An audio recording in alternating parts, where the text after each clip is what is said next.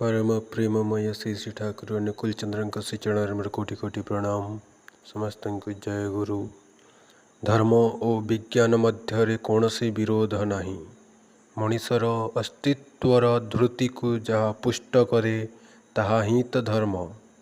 धर्मर काम है अज्ञता और अज्ञानता को अतिक्रम करिबा। तेणु देह मन को सुस्थ संवेदनशील सहनपटु करी तोलिबार अनुशीलन को बात देई कौनसी वैज्ञानिक अनुशीलन पूर्णता लाभ करे नहीं। तेणु धर्म को मध्य विज्ञान कही पारंती। आलोचना प्रसंग द्वितीय खंड।